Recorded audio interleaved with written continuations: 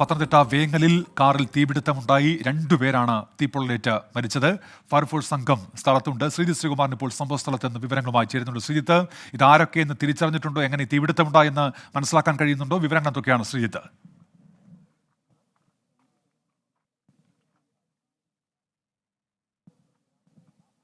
രാവിലെ ഒരു 11 മണിയോടുകൂടി തന്നെ ഈ മേഖലയിൽ നമ്മൾ ആ പ്രദേശത്താണുള്ളത്. ഈ മേഖലയിൽ പൂർണ്ണമായ തോതിൽ പുകയുയരുന്നത് നാട്ടുകാരുടെ ശ്രദ്ധയിൽപ്പെട്ടിരുന്നു.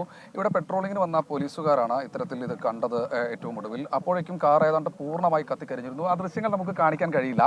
2 പേരുടെയും മൃതദേഹങ്ങളുടെ അസ്ഥി മാത്രമാണുള്ളൂ. മുഖം പോലും വ്യക്തമല്ല, അല്ലെങ്കിൽ ശരീരത്തിൻ്റെ ഒരു ഭാഗം പോലും വ്യക്തമല്ല. നമ്മൾ സ്ത്രീയും പുരുഷനുമാണെന്ന് തിരിച്ചറിഞ്ഞത് ഈ സ്ത്രീയുടെ കഴുത്തിൽ ഒരു മാലയുണ്ട്. സ്വാഭാവികമായി അങ്ങനെയാണ് സ്ത്രീയും പുരുഷനുമാണെന്ന് തിരിച്ചറിയുന്ന ഒരു സാഹചര്യം ഉണ്ടായത്. പോലീസ് അടക്കമുള്ള മുഴുവൻ ആളുകളും ഇവിടെയുണ്ട്. ഇതിന്റെ ഉടമസ്ഥൻ ഒരു തുകലശ്ശേരി സ്വദേശിയാണ്. ഈ കാറിന്റെ ഉടമസ്ഥൻ എന്ന് പറയുന്നു.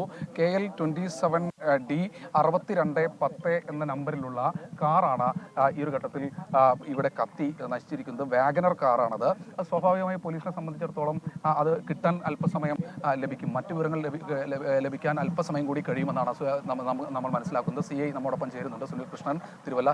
സാർ, ഇത് ആരാണെന്ന് കണ്ടെത്താൻ കഴിഞ്ഞിട്ടുണ്ടോ? ആ അഡ്രസ്സിലൂടെ നമ്മുടെ പോലീസ് പാർട്ടി പോയിട്ടുണ്ട്. അവരെ വിശദമായിട്ട് അവരെ നോക്കിയപ്പോൾ ആ വീട്ടിൽ ഈ പറഞ്ഞ അഡ്രസ്സിലാരും ഇവിടെ 2 പേര് താമസിക്കുന്നുണ്ടായിരുന്നു. പ്രായമായ 2 പേര് താമസിക്കുന്നുണ്ടായിരുന്നു. അവരിപ്പോൾ ഇല്ല, വീട് അടഞ്ഞു കിടക്കുകയാണ്.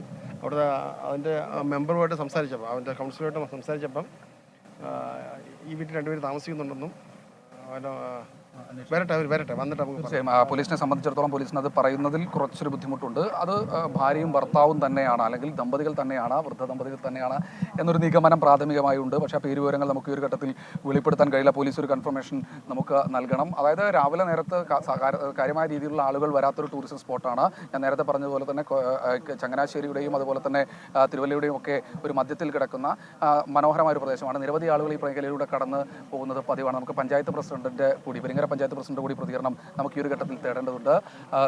എപ്പോഴാണ് നമ്മളിത് അറിഞ്ഞത്? വിവരങ്ങൾ 12:45 കഴിഞ്ഞപ്പോഴാണ് സംഭവം ഉണ്ടായിരിക്കുന്നത്.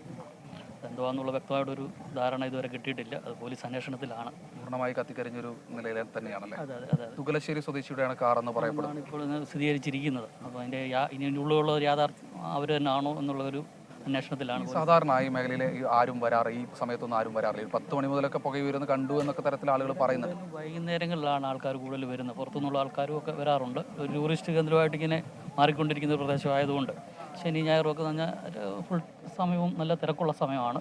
പിന്നെ ഇട ദിവസങ്ങളിലാണ് നമുക്കിവിടെ ആൾക്കാർ കുറവുള്ളത്. ആരെയും ശ്രദ്ധയിൽപ്പെട്ടിട്ടുണ്ടാവില്ല അല്ലേ? പോലീസ് പാർട്ടിയാണ് തോന്നുന്നു കണ്ടത്. അതെ.